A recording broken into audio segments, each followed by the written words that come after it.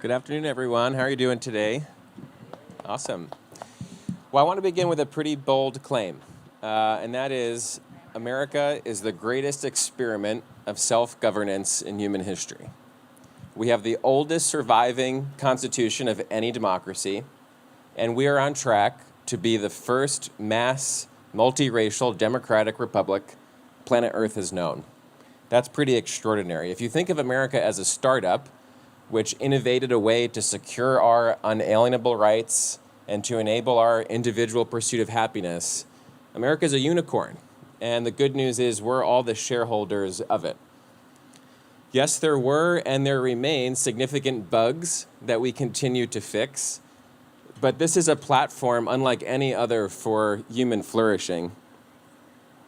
Not just for us, but for billions of people around the world. And that makes what I'm about to say even more important, which is that our democracy is in peril. And if we lose our democracy on our watch, if this American enterprise goes bankrupt on our watch, shame on us, because we won't be able to say that we were not warned in time. Just consider some events over the past few years in which we narrowly avoided outcomes that could have easily transcended into either democratic collapse or political violence. We narrowly avoided this when dumb luck thwarted a gunman who showed up to a congressional Republican baseball practice in 2017. And we narrowly avoided it again when a lunatic with a hammer showed up to Speaker Pelosi's home just a few weeks ago in an apparent assassination attempt. We narrowly avoided it when a single Republican Secretary of State refused to find, quote, 11,000 votes in the last presidential election. And weeks later, when a sitting vice president refused to single-handedly overturn the Electoral College after a violent mob attacked the Capitol, literally threatening to hang him. And we narrowly avoided it just this past Tuesday in the midterm elections, when a very narrow majority of voters refused to elect conspiracy theorists to election administration offices to oversee the next election. So I would like to think the worst can't happen here. It can. It almost has. It still can. Now, I realize that's a pretty dark opening for an event that has featured talks on meditation and microdosing and eroticism, but it's the truth. And the truth is, this extraordinary gathering of artists and entrepreneurs and creators does not happen in a society without the freedom that our democracy enables and secures, which is why when we talk about the problems of democracy, they aren't someone else's problems to solve, they're ours. The other truth is I wouldn't be here if I wasn't optimistic that we were able to solve them, that we'd be able to pull our democracy back from the brink, specifically by addressing the root causes of political polarization through structural democracy reform. So that's what I'm here to talk about. My name is Nick Troiano. I'm a proud fellow with the new Democracy Impact Lab at Summit, and I'm the founding executive director of a group called Unite America. And Unite America is a venture philanthropy fund that seeks to accelerate the adoption of nonpartisan election reform around the country. Over the last 3 years, we've scaled to a team of 30 people and have mobilized over $50 million to support campaigns across the country. But a decade ago, I was just a pissed-off college student angry about the national debt. I was tired of seeing Washington kick the can down the road on an issue that I knew would really impact my generation's future. So I started an organization called The Can Kicks Back to lobby Congress to pass a compromise piece of legislation that would put our country on a more sound fiscal path. And we failed miserably. Republicans refused to raise any more revenue. Democrats refused to make any changes to entitlement programs. So instead of solving the problem, we wound up with a government shutdown. We wound up with a showdown over the debt ceiling. And a decade later, here we are, $10 trillion of more debt. And in a few months, we're going to be playing chicken again with defaulting on our debt. That's my issue. Name your issue.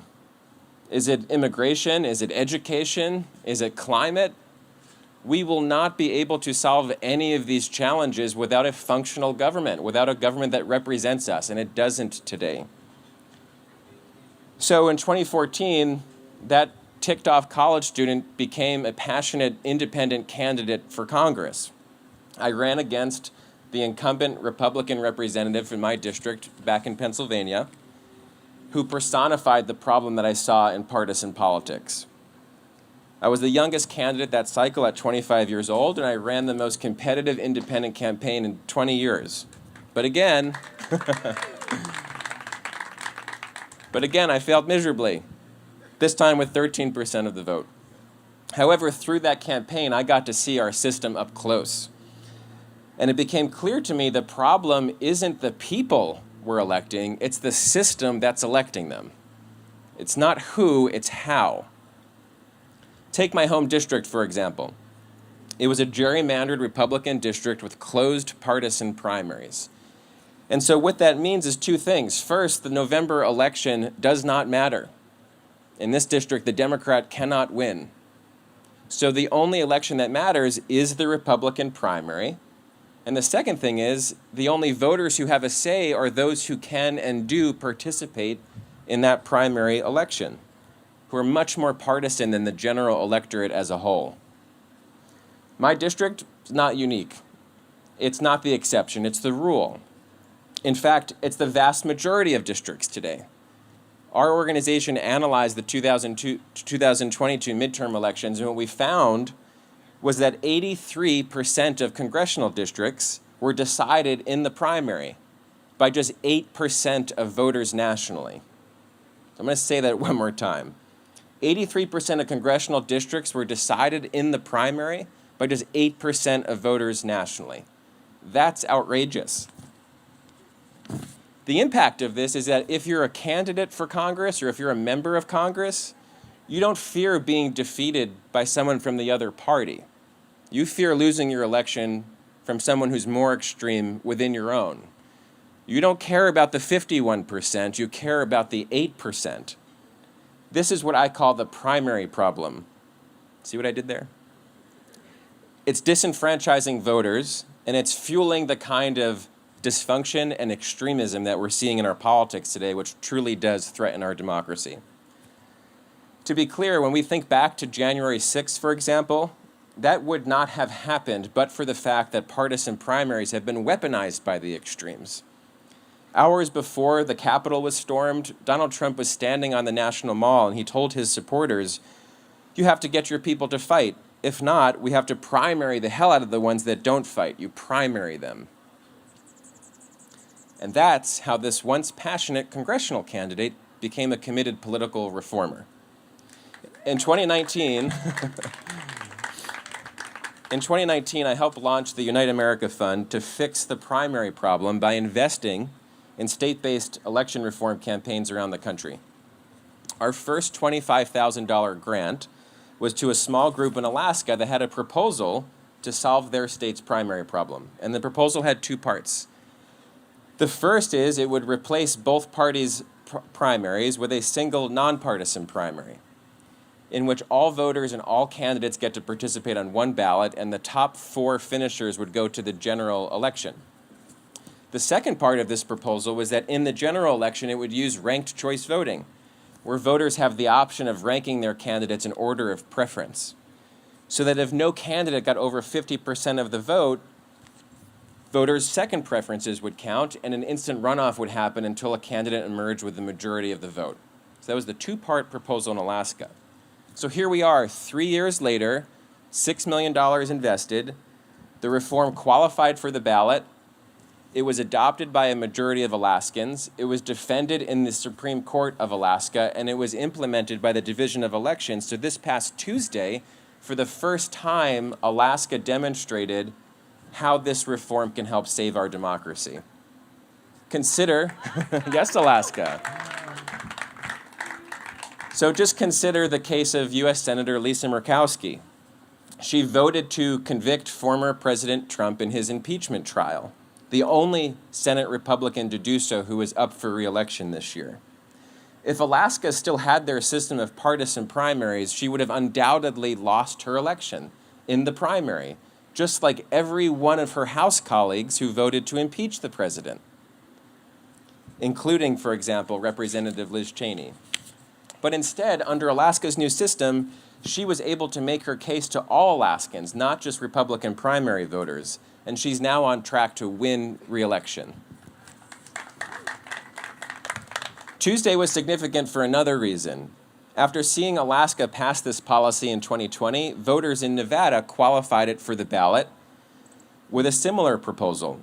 Both parties opposed it, but on Tuesday it passed with 52% support from Nevadans. So why does this matter? Why does Alaska matter? Why does Nevada matter?